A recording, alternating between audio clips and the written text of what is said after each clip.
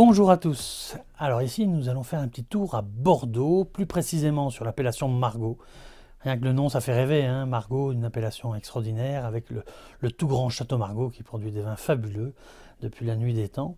Et ici, nous sommes à Prieuré-Lichine, autre propriété célèbre à Margaux. On est plus précisément en présence du second vin, les Confidences de Prieuré-Lichine, donc qui bénéficie de tout le savoir-faire de la propriété pour réaliser un millésime ici 2012. 2012, c'est un millésime compliqué, on le sait, hein. C'était très mouillé, je pense, aux vendanges. Et donc, tout le monde n'a pas réussi son 2012. Mais ici, il faut déguster ce Margaux de 2012 pour voir que ça a été parfaitement maîtrisé et que le résultat est extraordinaire. Ici, quand on regarde la robe, donc on voit qu'on a un vin d'une belle intensité, une belle robe, hein, une belle intensité, avec des reflets un peu bruns, signe d'évolution, c'est normal, c'est un vin de 2012, voilà, mais la robe est encore d'une toute belle intensité pour un vin de 2012, donc ça veut dire qu'au départ, c'était déjà bien soutenu. Alors, au niveau du nez, quelle finesse, quelle délicatesse. Donc on est vraiment en présence du grand terroir de Margaux. Au niveau du nez, on a des touches un petit peu bois de cèdre, un peu évolué. On a ce côté un petit peu cuir. On a un côté un peu graphite qui est magnifique aussi. Donc on a un super premier nez. Je dirais même qu'il y a un côté presque floral, un peu fleurs séchées, comme ça, un peu rose séché. C'est vraiment très joli. Alors quand on le travaille un peu, le nez s'ouvre encore plus. On a ce côté graphite qui prend un peu le dessus, en tout cas qui s'exprime bien, escorté par ce côté un peu fruit noir, un peu...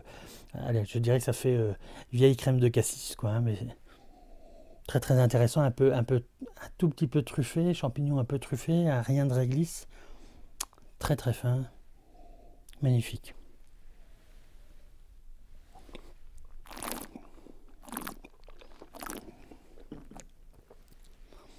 Alors au niveau de la bouche, belle matière, belle densité de vin, superbe équilibre, ce qu'il faut d'acidité, des tanins encore un petit peu présents. Encore une fois, pour les accords, vous savez, moi j'aime bien quand il y a encore un petit peu de tanin, ça permet de rafraîchir aussi les associations mets-vins. Au niveau de la rétroolfaction, on revient bien sur ce côté évolué, le côté un peu carboné, le côté cuir, le côté un peu vieille boîte à cigares. C'est vraiment très plaisant, c'est très fin. Au niveau des accords mets-vins, c'est un vin qu'on va pouvoir associer avec des viandes un petit peu grasses, moyennement corsées, que ce soit un peu bœuf. Il faut bien choisir le morceau, pas le morceau, le morceau. Morceau, on est ailleurs. Avec de l'agneau, par exemple, ça pourrait très bien fonctionner aussi. Donc c'est vraiment un vin associé avec une viande toute délicate, très fine. Pas la peine d'aller chercher des préparations trop corsées. On va plutôt choisir des accompagnements, des tonalités sur les sauces un petit peu jus de viande, sur les champignons, sur les légumes un peu braisés.